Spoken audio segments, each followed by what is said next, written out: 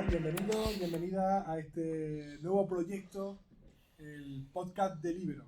En este proyecto que vamos a hablar de, sobre todo, recursos que tengan que ver con diferentes culturas. Y vamos a empezar, por supuesto, por la cultura que más nos gusta, que es la cultura íbera.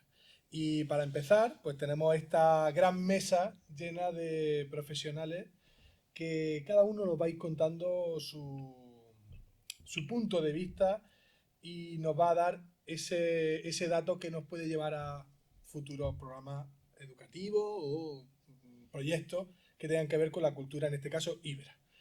Pero antes, lo primero de todo, vamos a presentar a nuestra invitada, que hoy es Concha Choclán. Buenas tardes, o buenos días, buenas noches. Muy buena.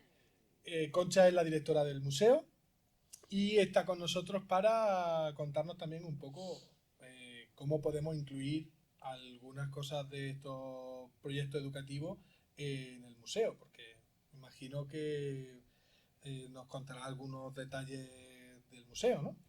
Bueno, pues conforme vaya avanzando la conversación, podremos ir metiendo algunas cuñas sobre las cosas que se han realizado Muy en el bien. museo con respecto al programa educativo, talleres u otras muchas propuestas y las que nosotros queremos que sigan haciéndose para que no haya nunca una desvinculación entre los procesos educativos y los procesos de investigación y de presentación del museo.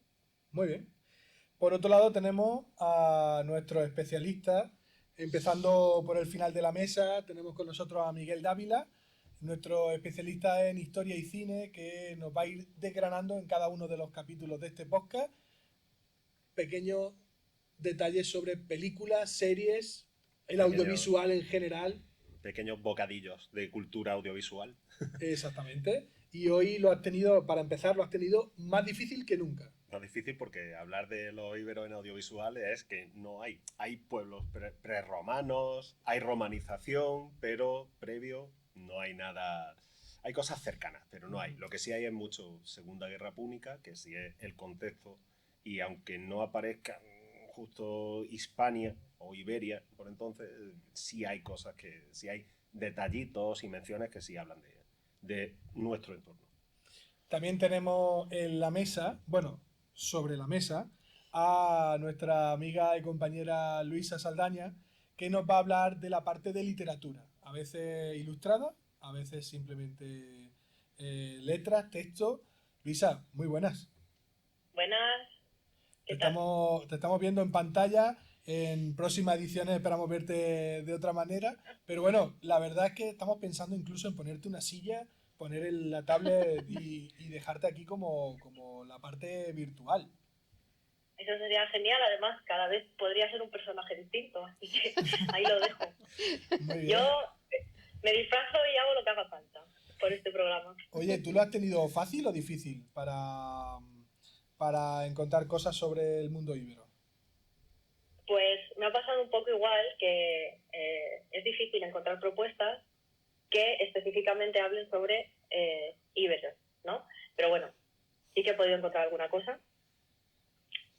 También en el contexto de romanización, que siempre el conflicto bélico es muy, pues eso, muy utilizado, ¿no? Para servir de excusa y escribir a partir de ahí. Muy Entonces, bien, bueno, perfecto.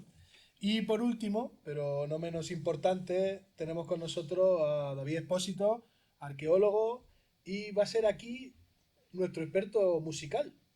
Sí, buenas tardes, lo primero, buenas noches o buenas mañanas de este sábado, lunes o domingo.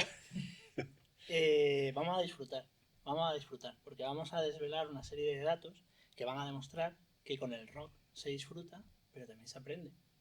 Fíjate. Y no hay rock sin cultura ni cultura sin rock. Entonces, yo creo que va a ser entretenido. Ah, muy bien. ¿Nos tienes preparado una canción, un disco, una portada? Absolutamente nada. Bien. Porque todo va sobrevenido. Tened en cuenta que si ponemos Iberia en la red, pues ¿Salen ya aviones? salen aviones. Este es el bagaje cultural de este país. Claro. Entonces es complicado, pero algo hay, algo aparecerá. Muy bien, muy bien. Pues estas son las premisas de este programa que comienza aquí. Hoy todavía sin público, pero quién sabe. Concha, si llenaremos la sala Pilar Palazón en el futuro de gente que vea este podcast, ¿tú qué dices? Pues lo mismo sí. Lo mismo convencemos a la gente para que se acerque a ver cómo hacemos algunas de estas grabaciones, porque pueden pasárselo bien si conseguimos que llegue a todo el mundo. Bueno, pues vamos a intentarlo y vamos a dar comienzo. No, no vamos a dar comienzo todavía, falta alguien. Sí. Porque claro, la gente se estará pensando quién está detrás de la técnica, quién es esa persona que, por llamarlo de alguna manera, que hace funcionar incluso los trípodes. Eso. Esa persona no es otra que Juan Carlos Pérez, que está con nosotros, historiador del arte, a la técnica, sabe hacer de todo. Y hoy, además, nos va a hablar, va a tener una pequeña sección que es 0% mainstream. Nada convencional. Y para hablar de nada convencional y de íberos, ¿lo has tenido fácil o difícil, Juan? ¿Tú qué dices? Si es difícil, mejor. Si estamos hablando de cosas no convencionales, si es difícil, mejor. Y es difícil, lógicamente, pero hablaremos también de cosas que si no se encuentran, se hacen. Ah, Ajá. Y es más poco convencional todavía, porque cuando haces tú algo y lo ven 3 personas es ultra no convencional. vale. Creo que ya sé por dónde van a ir los tiros. Bien, pues aquí comienza el podcast del Íbero. Me encanta el nombre que le hemos puesto. Y me encanta que estemos aquí al frío, fresquito. No sé qué época del año estamos todavía.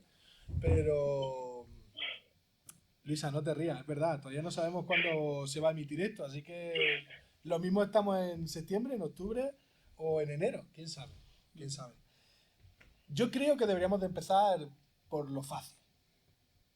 ¿Y qué es lo fácil ¿Y qué es lo exactamente? fácil hablando de cultura híbrida y artes? Pues lo fácil sería irnos al audiovisual.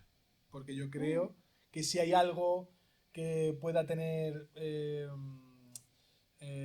quizás más potencia a la hora de representar culturas diferentes, creo que es el cine, la serie de televisión, porque sabemos que hay una serie que habla de estas culturas prerromanas, ¿no, Miguel?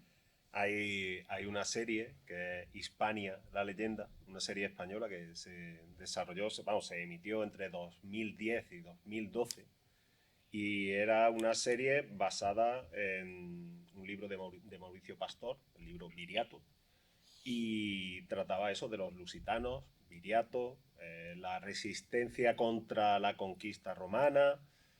No son íberos como tales, aunque claro, la indefinición de pueblos y la dificultad que hay también con las fuentes, recordemos siempre que las fuentes vienen en su mayoría de los vencedores, que a lo mejor les gustaba meter en un saco a toda la gente con la que se enfrentaban, como esos bárbaros. Y esa serie pues trataba de esa resistencia contra el poder romano, contra la conquista romana. Y es una serie que, hombre, tuvo su bastante buena audiencia en su momento. Luego se continuó en 2012 con otra que se llamaba Imperium, ya romanizada la zona. Pero bueno, es una serie que tiene sus pros, tiene sus contras, que tienen muchas.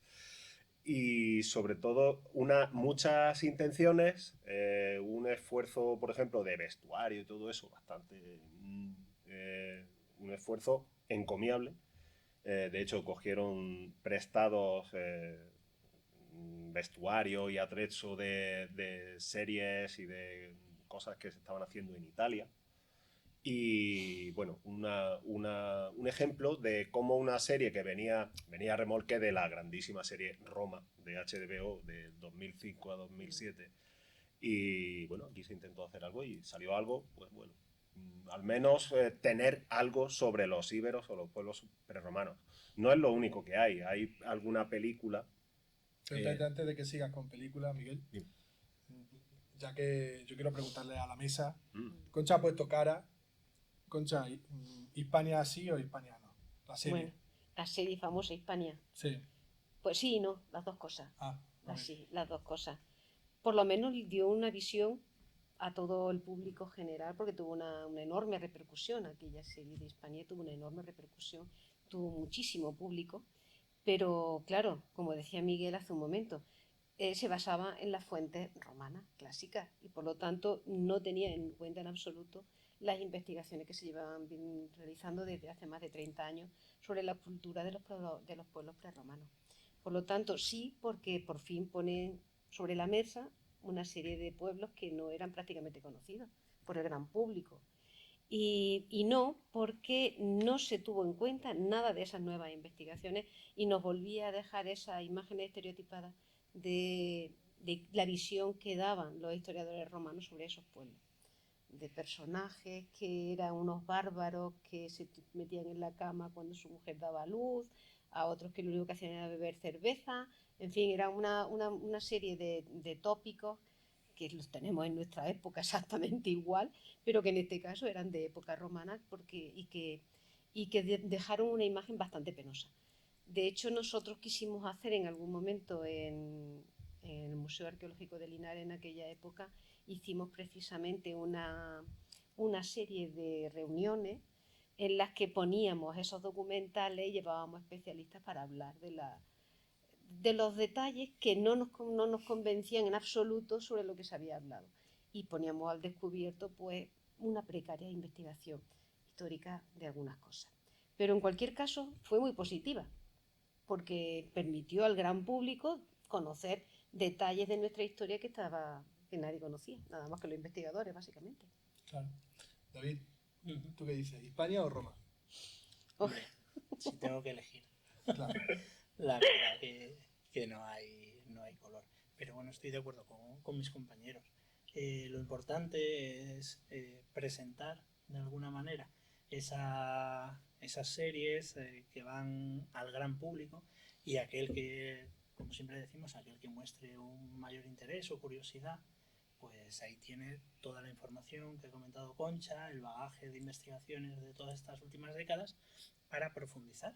Y ahí llega pues su espíritu crítico, porque está claro que si todas las series tuviesen un estudio previo pormenorizado de la mano de historiadores y arqueólogos y demás, pues, sería un poquito más aburrido. Sería todo más Sí, aburrido. Es un ojalá que al final no. Sí. Yo siempre me acuerdo de aquella película de los Monty Python en la que sale un historiador que al final es atropellado por un caballo. Yo creo que esa es la metáfora perfecta de lo que se ve, de saber discernir en lo que es entretenimiento e investigación. Entonces yo siempre que me acerco no soy de ver series, no me gusta nada, no me gusta el cine, no me gustan las películas, no tengo tiempo solo para el rock. Entonces, claro, al ver esas cosas, pues dices, está bien, entretenimiento, se lo enseño a mis hijas y ya ellas, pues a ver si son capaces de ver lo que es verdad y lo que es mentira. Luisa, te veo muy callada. ¿Tú has visto la serie Hispania? ¿Te moló? Yo la vi, en ese momento estoy un poco de acuerdo de que realmente lo importante de estas cosas es poder crear debate, más allá de que te guste más, menos, estén mejor fundamentadas o no, tener la posibilidad de que sirva de recurso para críticas, ¿no? Desde el punto de vista del cine, desde el punto de vista histórico, arqueológico, etc. Entonces, siempre que se pone sobre la mesa un tema, realmente está bien, ¿no? Y que a partir de ahí se pueda construir todo un debate y una serie de contenidos aparte. Ya cada uno que lo enfoque desde su punto de vista. Claro. Entonces, bueno, siempre es positivo. Eso es que te gustó la serie. A ver, claro, en ese momento cuando yo tampoco era consciente, no tenía la preparación que tengo ahora, por supuesto, no tenía ese punto de vista tan histórico, tan de crítica, era más entretenimiento que mirar desde la profesión. Entonces, claro, no, es diferente. Sí. En aquel momento yo recuerdo que cuando hicimos aquellos debates en el Museo Arqueológico de Linares, la mayor parte de la gente que fue a los debates estaban encantados con la serie. Y eran gente que eran voluntarios del museo.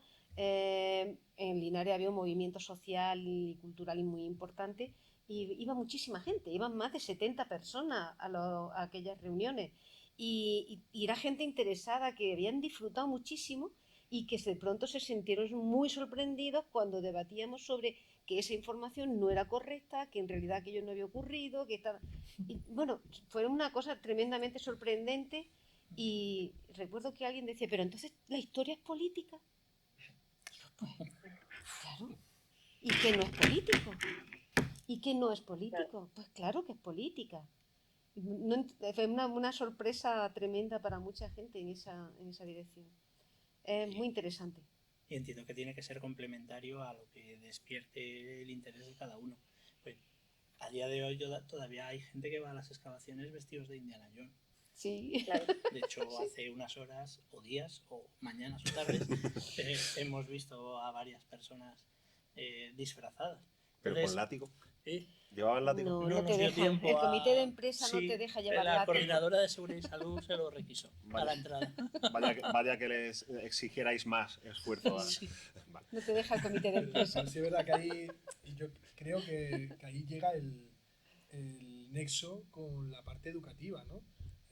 Pues yo creo que es una actividad didáctica perfecta. Oye, os voy a poner una película sobre una cultura y vamos a ver qué es verdad, qué no es verdad, qué utiliza el cine, qué no utiliza el cine y por qué lo hace en ese último término, ¿no? Porque nace, como decía Miguel, porque nace la serie Hispania justo en ese momento, ese oportunismo, ese nexo con Roma.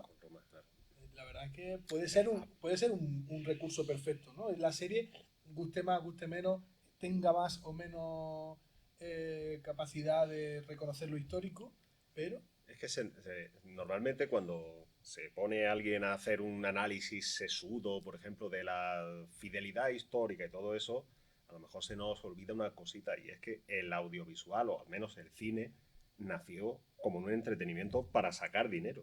O sea, para empezar, luego ya la vertiente artística que tenga cada obra, o la vertiente fidelidad histórica que tenga cada... Pero para empezar hay que vender. Y vender, o en el caso de una serie televisiva, es audiencia. ¿Y qué hace esta serie? Pues aprovecharse de que unos cuantos años antes hubo un bombazo, pues de una serie que hoy en día sigue siendo considerada de las mejores de la historia, con contenido histórico, ¿no? Y por ahí vamos, que siempre intentamos a lo mejor desde foros relacionados con la investigación o la educación, ir siempre a, bueno, pero esto es correcto o no. Pensad también que hay gente detrás poniendo pasta y que lo que quieren es que haya gente que lo vea. No solo ser muy pulcro con lo que se está diciendo, sino, oye, hay que entretener, porque el boca a boca también hace que la siguiente persona vaya o no a la siguiente sesión. Pero eso me lleva a preguntaros, sobre todo a las personas que estén relacionadas con la arqueología, ¿acaso es que la vida de un íbero o de una íbera era aburrida? Pues como la de un romano, como la de un cartaginés, exactamente igual. Era la subsistencia pura y dura. No me imagino yo muchos ratos de ocio, tampoco había cine ni nada por el estilo. Y la gente tenía que ocupar su tiempo de sol a sol en todas las actividades que le mantienen la vida. Así que esa es la vida de una persona ibera, lo mismo que la de una persona romana, la de una persona griega. No habría ninguna diferencia sustancial. Vivir para trabajar y trabajar para subsistir. Sí, sí. ¿Qué puedo decir? Es Claro, que me claro. viene a la cabeza que muchas veces cuando en las excavaciones arqueológicas sale tanto material cerámico y la gente dice, pero es que tenían tantos cacharros. Y yo, no, pero si es que esto es como el plástico de entonces, ahora te encuentras una Tuppers. bolsa, un tupper y demás. Y les iba la vida en ello también, como decimos, ¿sabes?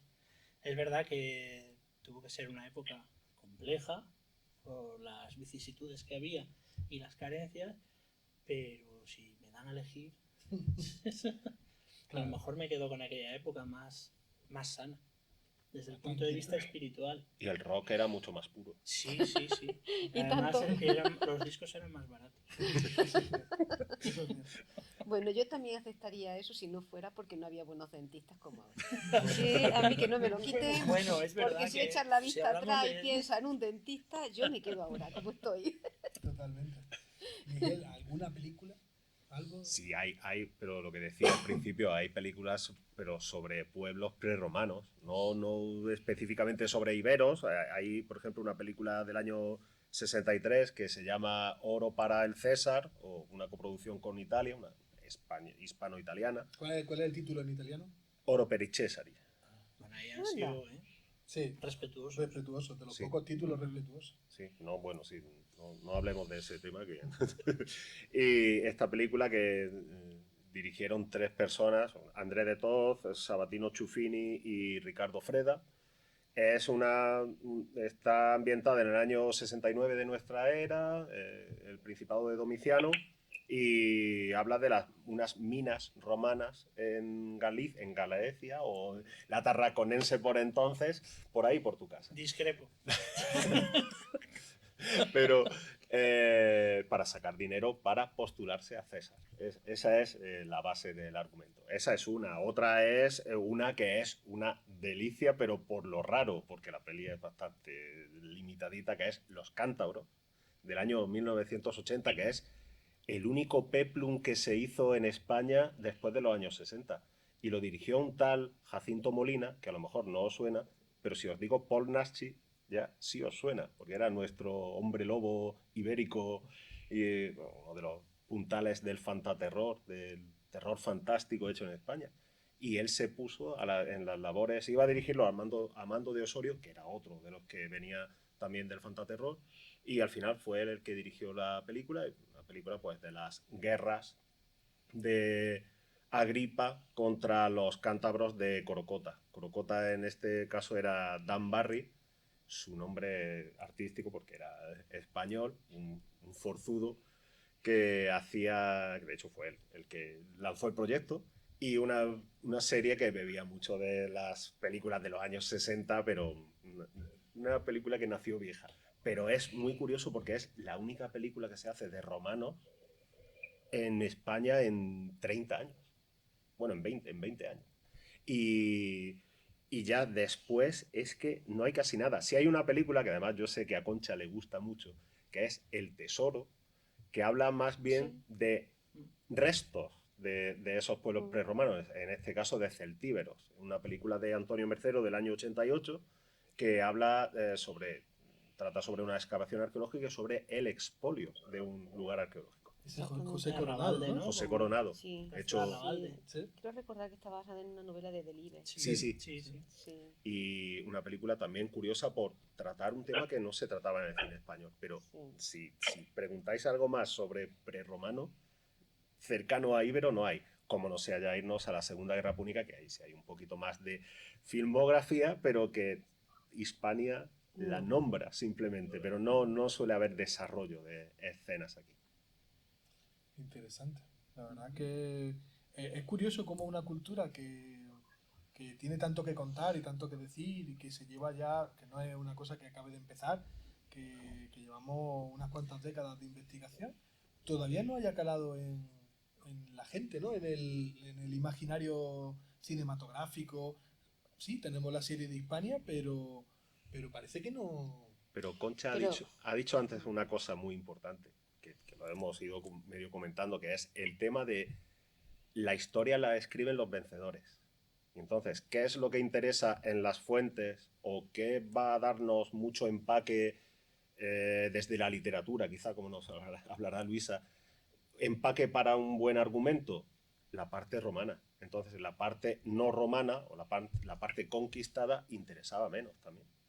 Además, hay que tener en cuenta que la arqueología centrada en la etapa de los pueblos prerromanos es una cosa muy reciente. Ha pasado prácticamente desapercibida a lo largo de las investigaciones. Hay que esperar prácticamente hasta los años 60, mediados de los años 60, no se empezó realmente a estudiar de forma independiente esos pueblos prerromanos, ya con Arribas o con Maluquer. Es cuando realmente empieza a hablarse de los pueblos, de esos pueblos prerromanos, y todavía de una forma muy incipiente. Hasta los años 80 verdaderamente no se conocía prácticamente nada de los pueblos prerromanos. Sobre las primeras exposiciones que hizo el Ministerio de Cultura sobre los iberos, fue ya todo un acierto en el año 83, creo recordar que fue, y poco más, poco más. La literatura científica sobre los iberos, ya de una forma bien definida, en la que se habla de los distintos pueblos, con estudios territoriales, con estudios culturales, muy reciente. Entonces, normal que eso no haya llegado al cine ni haya llegado a ningún sitio. Es ahora cuando realmente tenemos la posibilidad de que todo eso fructifique en otros formatos que no sea estrictamente científico. La verdad es que quizá el formato que más haya sido utilizado para hablar de la cultura íbera es la literatura. Es posible. La parte tanto científica, en comunicaciones, congresos, libros. Pero Luisa yo creo que le ha buscado el giro y nos va a contar algo que quizá no conozcamos, ni siquiera tú, Concha. Pues seguramente. Así que, Luisa, cuéntanos, ¿qué libro o qué propuesta literaria nos traes para el podcast de hoy? Sí, tú sabes que yo lo enfoco muchísimo a la educación para niños, adolescentes, ¿no? Público que al final es el germen, ¿no? Si en esas etapas te va llegando mucha información, cuando vas creciendo y vas a los museos y te sigues culturizando, eso ya lo llevas ahí. A veces no eres consciente de ese pozo, pero bueno, está bien ir desde pequeños introducir todos estos contenidos, ¿no? Entonces, yo traigo dos propuestas. Una que, si habéis seguido Bocadillo de Historia, ya sabéis, porque es una de las propuestas más chulas que existen ahora mismo en el mercado editorial, que es Mi princesa y Milce, siempre tuyo, Aníbal. Está muy guay porque no solo la historia, sino, que se basa en la Segunda Guerra Púnica, el matrimonio de Milce con Aníbal y esa romanización. En esas cartas se ve cómo cada personaje percibe toda esa etapa tumultuosa, ¿no? Desde Milce, cómo los romanos llegan y empiezan a destrozar toda la cultura y la vida que ella conoce, y cómo la separan precisamente de su pareja, que es Aníbal, en su viaje hacia los Alpes, ¿no? Tiene un formato muy chulo, es epistolar, creo que eso acerca bastante porque te habla el personaje desde esa primera persona, te hace empatizar sus sentimientos, su punto de vista, y eso me parece muy, muy chulo. Y luego aparte está bellísimamente ilustrado con escenas sacadas directamente de la cerámica griega, del estilo mediterráneo, el Archena, que va ilustrando con esos personajes guerreros, esa vegetación, esos animales, todo ese imaginario íbero que tenemos en la cabeza aparece en el libro. Entonces, si alguien tiene este recurso, ya puede ser niño, ya puede ser adulto, que al final nos vale para todos, y luego visita un museo y ve esas mismas escenas, al final se crea ahí un lenguaje muy directo, ¿no? Eso por una parte. Y luego Luisa, por otra... Luisa, perdona, ese recurso, ¿para qué edad lo llevaría? Pues infantil y primaria, pero como siempre decimos, los libros no tienen edad, ¿no? Porque al final depende mucho del punto personal en el que estés, sirve perfectamente para un adulto y crear un buen debate en un museo, o sirve para una clase de historia en cualquier punto educativo, ¿no? Uh-huh. En cualquier nivel. Pero bueno, se entiende que para infantil o primario. Pues siempre le podemos dar 1000 vueltas a los recursos, ¿no? Sí. Y luego, otra propuesta interesante es esta. Aunia, el anhelo de libertad de una chica íbera. Esta propuesta está solo publicada en catalán, es la pena, pero pues nos habla precisamente de un viaje iniciático de esta chica hacia su madurez. Uh-huh. Esta chica que se rebela contra lo que supuestamente la sociedad íbera considera que son las labores y la posición social de una mujer, y ella quiere libertad y sale de su pueblo y empieza a explorar, ¿no? Entonces, en ese viaje iniciático, pues se va a empezar a hacer mayor. Va a hablar de amistad, va a hablar de amor y de política, mucha política, porque en vuelve a ser ese contexto de romanización de Segunda Guerra Púnica, que parece ser que es el más utilizado en estos casos, pues vamos a conocer muchísimo de la vida de los íberos, de su imaginario, de su cosmología. De hecho, su propio nombre, Aunia, está sacado de las fuentes. En el bronce 3 de Botorrita aparece este nombre, de origen celtíbero. Y en este caso es novela, es una novelita juvenil, y pasa lo mismo. es una novela juvenil, pero puede llegar a cualquier tipo de público. Se la puedes contar a alguien pues que esté en primaria o en infantil muy resumido, o puede llegar a un público adulto como una manera muy sencilla de acercarte a un contenido, ¿no? Ujú. Pero fíjate cómo volvemos otra vez al mismo periodo, es la conquista, es el Eso momento es. del desarrollo de la Segunda Guerra Púnica, porque como es el único que tenemos textos escritos, pues es el que todos los que quieren escribir sobre esa etapa, sobre los íberos, acaban volviendo otra vez a los mismos recursos y a las mismas fuentes. Todavía tenemos esa dificultad de que nuestro registro arqueológico, el conocimiento que se genera desde la arqueología, no acabamos todavía de trasladarlo al imaginario colectivo, a que la gente pueda reconocer una forma diferente de cultura que no sea estrictamente la que se desarrolla durante los últimos momentos de la etapa ibérica. La etapa ibérica son 600 años realmente, y casi todo lo que se habla de ella es los 100 últimos años escasos. Pero nos Esa es cuesta Sí, todavía pero bueno, muchísimo trasladar esa investigación, los resultados que nosotros tenemos de esa investigación, a la gente, para que pueda nutrir esa otra historia u otras novelas y otros relatos. Le lo pregunto... bueno, Sí, perdona, perdón un Elisa. momento, Sí, que sí. lo bueno de estas dos propuestas, por ejemplo, es que aunque sí se desarrollan en contexto de romanización, sí sirven para ver el punto de vista íbero. Y te hablan de ese trauma que para ellos es pues que alguien, por la fuerza, o te alías o estás en contra, o te quemo el poblado o te alías contra nosotros, ¿no? Y cómo ese proceso tan traumático en tu territorio, en tu cultura, cómo se vive. Lo que me ha gustado de estas dos propuestas es que precisamente sí se pone en valor ese punto de vista. Ya no te cuentan todo lo que la romanización nos trajo, esa civilización, etcétera, etcétera, y que los íberos eran los bárbaros, sino casi un poco al contrario, ¿no? ¿Quién es el bárbaro? ¿El que viene a quemarme el poblado o el que vive de una manera diferente a lo que entendemos como civilización? Entonces me parece muy interesante también por eso, ¿no? Que sí te puedes posicionar en el punto de vista ibero. Y eso es para tener en cuenta. Estupendo. Bien, bien. Yo quería preguntaros, sobre todo a los arqueólogos, a raíz de lo que ha dicho Concha, ¿cómo podríamos trasladar todo ese conocimiento, esos 500 años de los que no se habla de la cultura íbera, que se están estudiando, que se están excavando y que se está trabajando en ello? ¿Cómo llegamos a la población? ¿Cómo se puede desde la arqueología trasladar toda esa información para que, bueno, pues que esa gente que quiera, tenga esa necesidad de contar cosas sobre la cultura íbera, no se quede solo en esos textos escritos? Bueno, por supuesto que la arqueología tiene una función eminentemente social. Todo aquello que los investigadores ponen de manifiesto a partir de los estudios que hacen debería automáticamente volcarse hacia el público en general. Se hacen algunas cosas. En el Levante peninsular, por ejemplo, se hacen... Estamos acostumbrados a lo que dice Concha, que todas las actividades folclóricas que relacionan a pueblos prerromanos con Roma están básicamente centradas en el momento de conquista.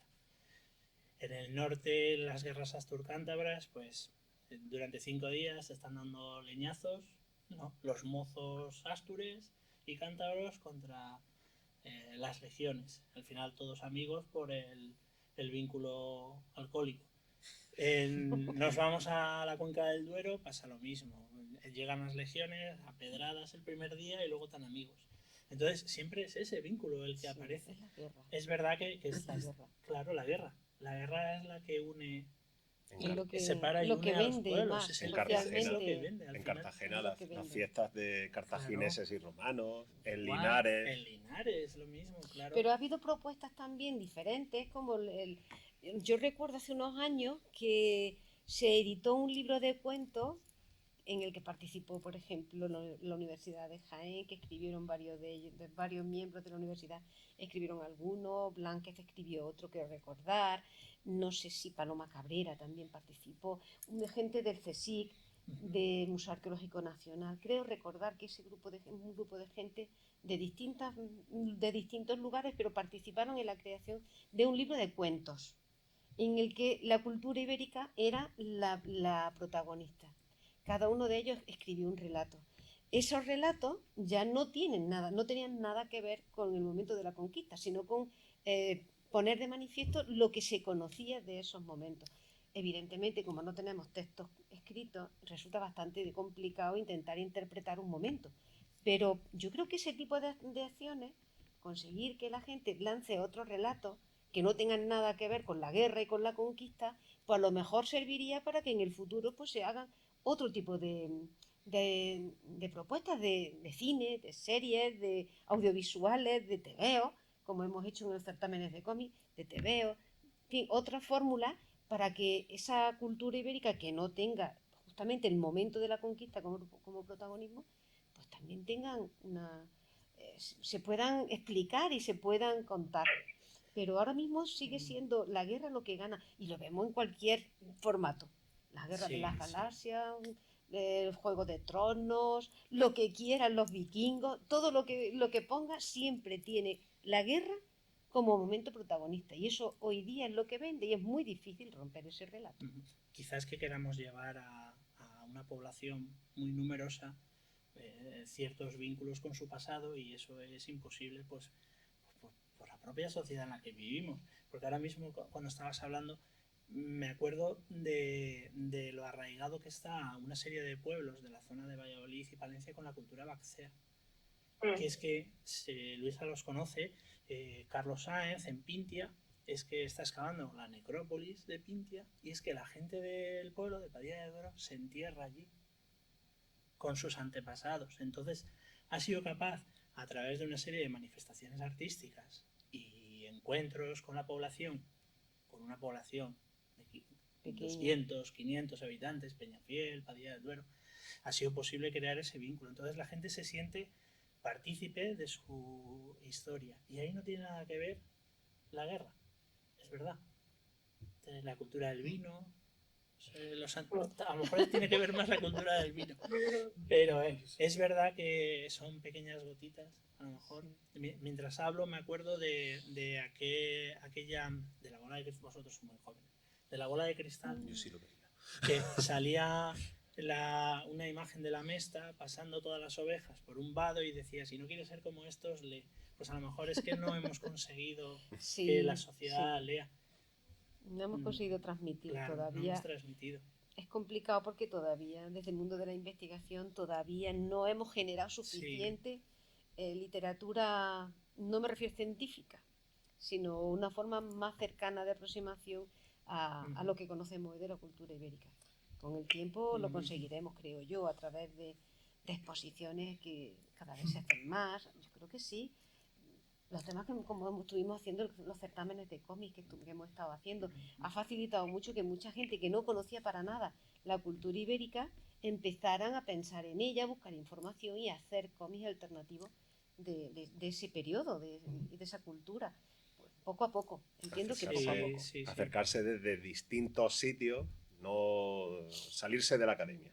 No todo viene de la academia. También hay que intentar pensar que el conocimiento histórico es también memoria general, memoria imaginario-cultural. No tiene por qué salir solo de la academia. De hecho, lo que tiene que hacer es canalizarse a través de todo lo que no es la academia. Luego que se investigue bien desde la academia, pero para llegarle a todo el mundo hay que ser un poco más abierto. Hay que abrirlo, exactamente. Y facilitando la información que obtenemos. Lo que nosotros llegamos a conocer, intentar transmitirlo de una forma sencilla para que sea más fácil de asumir por el público que lo reciba. Por eso, desde este podcast queríamos tener esta ventana al mundo literario que nos la va a ir ofreciendo Luisa cada programa. Luisa, ¿nos queda por saber editoriales de estas dos propuestas? Sí, el de Princesa y Nilce es de Tule Ediciones. ¿Sí? Y el de Aunia es de Akiara Books. Akiara Books. Y son fácilmente conseguibles en el mercado. Perfecto. Pues espero que el próximo programa lo tengas más fácil. Yo creo que ya avanzaremos en el tiempo y lo que te va a pasar es que quizás la siguiente cultura, de la que ya hablaremos en el próximo programa, tenga exceso. Demasiado, ¿no? Exceso. Bueno, claro. Intentaremos hacer una buena selección entonces de todo lo que se puede encontrar. Es más, Luisa, yo creo que en la siguiente cultura Juan Carlos no va a querer participar. Porque va a ser demasiado mainstream. Juan Carlos, ¿qué has encontrado o cuál es tu propuesta 0% predecible para la cultura ibera? Pues si es difícil en lo predecible, en lo impredecible ya más todavía. ¿Te estás excusando de primera? Sí. ¿Te quieres ir? Sí, Quédate. Es que lo hombre. ibero es complicado. es complicado. Es complicado. No tendrá batallas tu propuesta. ¿Cómo? ¿Tiene batallas tu propuesta? Jamás. O sea, sería imposible. Es un hombre de paz.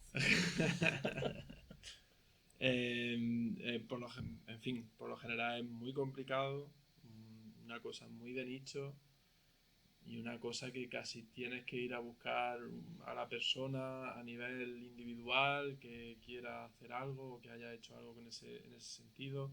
Es un artista, un ilustrador, como conocéis alguno o tú conoces alguno, saber que dentro de su obra ha hecho algo o que ha participado como en el certamen de cómic. Pero por lo general es muy complicado y bueno, al final queda casi más un poco la espontaneidad de la gente que nos movemos alrededor de la cultura híbrida y de lo que se va generando incluso a nivel tanto, por ejemplo, a nivel profesional que vaya sacando alguna cosilla o incluso a nivel cotidiano de ir sacando memes o stickers o todo ese tipo de aportaciones. Porque es una cosa incluso desconocida a nivel de una cultura popular más a la mano. O un nivel de por qué no se conocen más cosas, o por qué no se generan más cosas, como por ejemplo, por qué ciertas piezas del museo no se viralizan en cierto sentido, o por qué no se crean ciertas dinámicas con eso. Es una cosa que cuando visité el Museo Arqueológico Nacional hablé con algún responsable del museo sobre el tema de la bicha de Balazote o como quiera llamarse oficialmente. Y la reflexión iba se viralizó durante unos pequeños segundos esa imagen, pero no se ha creado una cultura ni siquiera material ni intangible alrededor de esas cosas, que es también una especie de termómetro a la hora de saber cómo afecta a la cultura popular e incluso a la gente más joven. Cómo se van generando todas esas cosas cotidianas de a la mano.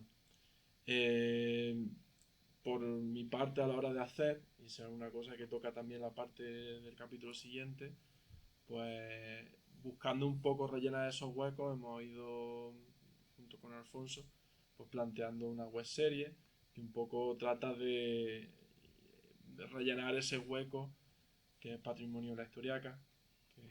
¿Estás haciendo publicidad, Juan? No, ¿En el primer programa estás haciendo publicidad? jamás haría eso. Juan. Hay que comprar algo. Por favor, vean patrimonio de la historiaca. Yo tengo un testimonio de un par de jóvenes e inexpertos, o ya bastante expertos, que han visto la serie de Patrick Monius y lo han flipado. Por lo que se le ha contado y por cómo se le ha contado con todo el tema Roblox y demás. Minecraft, perdón. Casi. Uy, al palo. Es que Miguel. Yo soy del otro. Lo estás llevando a una cosa que es de otro mundo. Pero es que eso es también un buen termómetro. O sea, que no lo entienda Miguel es como un buen termómetro. Si no lo entiende Miguel. Si no lo entiende Miguel, lo estamos haciendo. Ya estáis haciendo bien, claro. Lógico. Yo conozco un par de grafiteros de los campos de Albacete que dibujan la bicha de Balazote en casas antiguas. Qué bueno. Sería bonito intentar buscarlos. Totalmente. Sí, sí. Es muy curioso, se repite. Es algo que me llama mucho la atención porque hacemos mucho ese viaje por los jardines y en vez del toro de Osborne te encuentras a la bicha dibujada, con esquemática. Muy bien. Es curioso, porque esas cosas al final te llaman mucho la atención. Luisa, ¿tú conoces alguna manifestación artística así que sea poco Conozco usual? una sobre la bicha.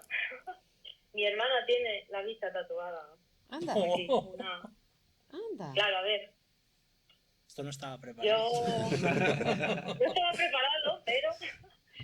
A ver, la friqueza se lleva en las venas. Pero tu hermana, ¿pero cómo llegó a eso tu hermana? Queremos saber. Bueno, porque yo me especialicé en arqueología íbera cuando terminé la carrera. ¿Sí?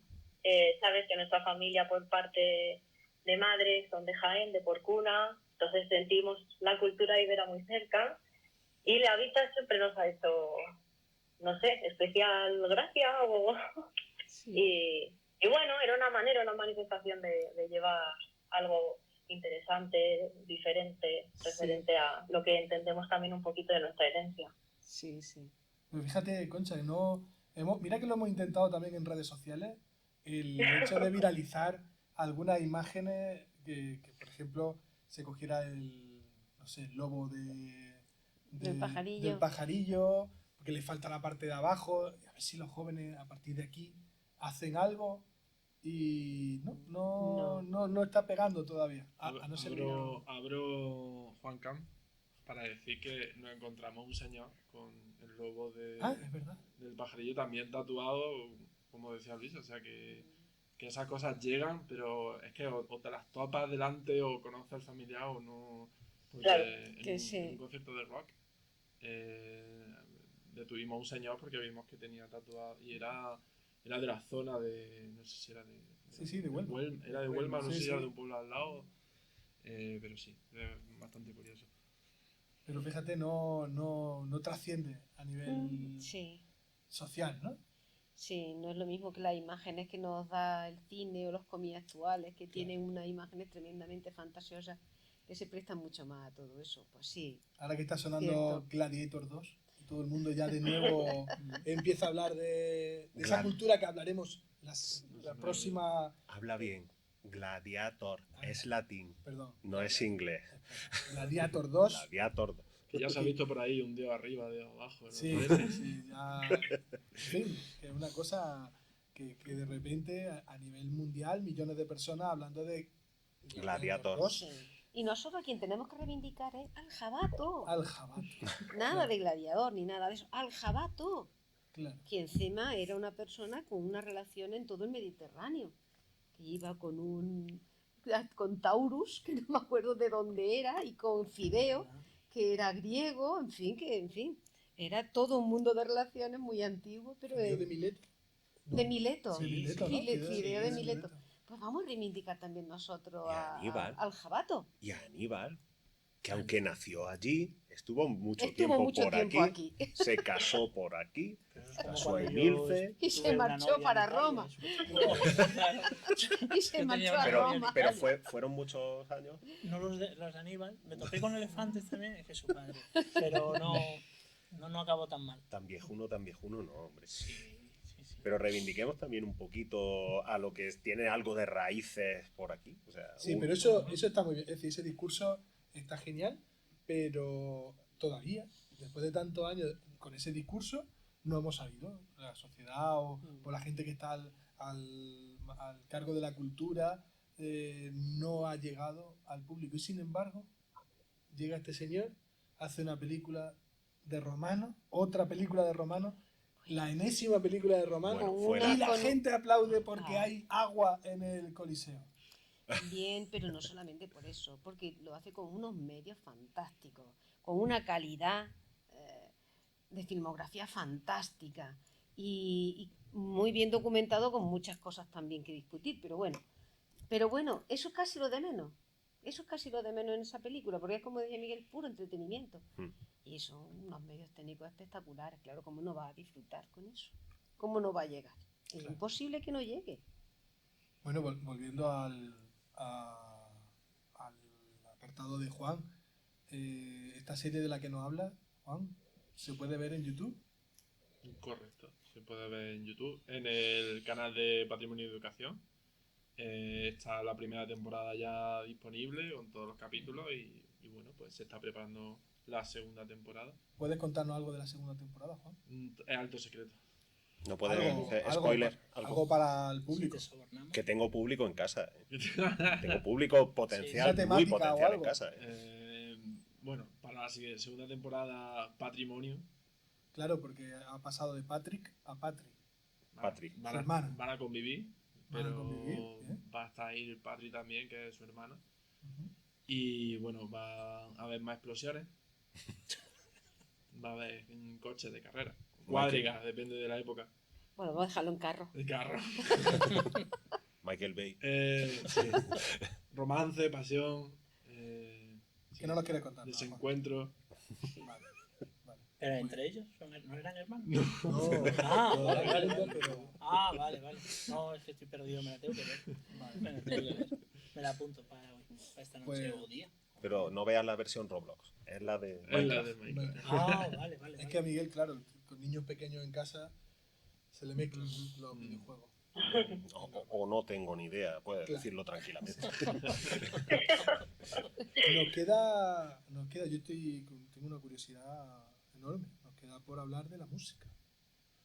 Porque David nos va a traer cada programa algo relacionado con la música. Puede ser una canción, un álbum conceptual, Unos versos unos versos, al aire, una portada de disco. una improvisación. No, eso no. No puede ser. Tiene que estar todo bien preparado. No, para las performances ya tenemos. Exactamente. Sí. No. ¿Qué has traído para tu primer programa? Pues obviamente, para ser esquemáticamente David, tiene que ser algo de heavy metal Sí. y asturiano. Heavy metal y asturiano. Claro. Claro. Porque es verdad Eso no es que. ibero. Pero los asturianos aprovechamos para rendir homenaje a aquellas culturas que nos parecen interesantes. Ojo, qué bien ha quedado, ¿eh? Sí. Entonces, es verdad que es muy complicado encontrar dentro del panorama musical y sobre todo el rock, luego una cosa para el final, pero bueno, dentro del rock encontrar canciones, discos relacionados con Iberia Sí. es muy difícil, por no decir imposible. Pero claro, ¿qué pasa con el rock? Que mezcla churras con merinas. Y a veces sale bien, a veces no. Pero a veces sale bien. ¿Y en este caso? No, pero cuando empezamos a hablar sobre ello, hace 10 días, o un mes, o un año, o 2 días, dije, bueno, ¿y sobre Iberia? ¿Quién ha hecho un canto a Iberia? Claro. Un canto a Iberia. Pues un grupo, no se pueden dar golpes, un grupo asturiano, Warcry, hablaba Warcry. sobre Iberia Vaya. y sobre el regreso de un guerrero hace 2000 años. Pues ese guerrero a lo mejor estaba por aquí, por el sur. Y ya harto de dar vueltas y sobre todo el calor, cogió camino y volvió a su casa. Y es que Warcry es un grupo de heavy metal que se formó hace unos 25 años, dentro de un panorama musical nacional en el que hay multitud de grupos, a cada cual más interesante, y refleja dentro de sus discos pues una serie de eventos culturales del acervo hispano. Y es uno de los grupos que llama la atención. Pero claro, Warcry es muy fácil porque ha llegado a mucha gente. Siguen vigentes después de tanto tiempo. Los hemos visto tocar. Sí. Los hemos tocado. Alfonso y yo hemos tocado a uno de Warcry Sí, es cierto. hace poco. Es cierto. ¿O habéis lavado las No manos le gustó, después? no le gustó que le tocásemos. A saber cómo le tocaríais. No, con respeto, con los heavies, con mucho respeto. Pero eso ha llegado a mucha gente. Pero si te digo que había grupos en los años 80 del heavy español que hablaban sobre Iberia y hacían discos conceptuales sobre Iberia. Ah, sí. Los Zarpa, Sí. que estuvieron durante muchos años, coetáneos de Asfalto, coetáneos de muchos grupos de la firma de Mermelada, de Chapa Records, Chapa Records.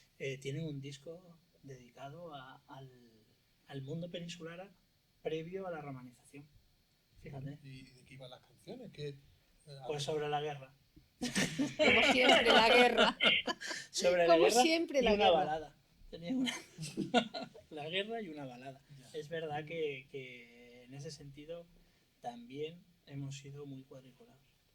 Sí, porque estoy recordando que la canción de Iberia es que él vuelve, ¿no? Precisamente de esa guerra. ¿no? De esa guerra, claro.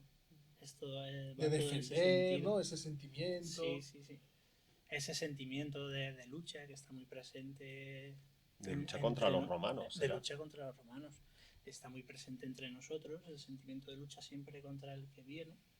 También es verdad que una canción de heavy metal, el tema de luchar, pues, queda muy bien. Queda muy bonito. Queda y en muy inglés, pues las letras quedan muy redondas. Sí, pero, también. pero claro, este grupo No, canta no. en español. Aquí vamos a hablar, si hay más capítulos, vamos a hablar del rock en español. Ah, muy bien. Porque para grupos que están fuera, que me imagino que en sus tormentas de ideas dicen, ¿y qué nombre le ponemos al grupo? ¿Cómo puede ser que un grupo suizo o austríaco se llame Atlantia? Por ejemplo, en qué encontrar. Pero es peor todavía, hay un grupo en Castro Calvón, que está por el norte, que se llaman Cartago. Bueno, Sí, fíjate, es una cosa que Bueno, llama la pues atención. fueron de viaje a Túnez Y les gustó. Y les gustó. Luisa, ¿tú conoces alguna canción? ¿Alguna obra musical que tenga que ver con la cultura ibera? No conozco absolutamente nada. Yo, esta sección, oreja abierta y aprender, porque no tengo ni idea. Sí, fíjate que incluso ni siquiera hay prácticamente ningún grupo que haga recreaciones de cómo debieron sonar los instrumentos íberos. Yo sé que hay un profesor de música en Cádiz que ha publicado algunos discos con aulos y con instrumentos que ha sacado de las cerámicas de Liria y de algunos otros lugares en los que se vean esos instrumentos musicales. Y él ha creado sus canciones recreando esos sonidos. Pero llevo años intentando conseguir contactar con él para traerlo y que ¿Sí? nos cuente, y no lo consigo. Me es imposible. Pero no hay nada que yo conozca, solamente este señor es el único que se ha atrevido a hacer estas reproducciones de instrumentos musicales y de hacer discos dedicados a eso. Al menos que yo conozca, y llevo mucho tiempo detrás de conseguir eso. Pues con esta referencia, Concha, ya nos vamos con la música a otra parte. Muchísimas gracias, Miguel, David, Juan Carlos, Luisa y a ti, Concha, por supuesto. Damos pistoletazo de salida a este podcast que esperemos que dure muchísimo tiempo. No sabemos si meses, semanas, años, no lo sabemos. Pero esperamos que os haya gustado esta horita de referencias culturales relacionadas con diferentes periodos históricos. El próximo capítulo será sobre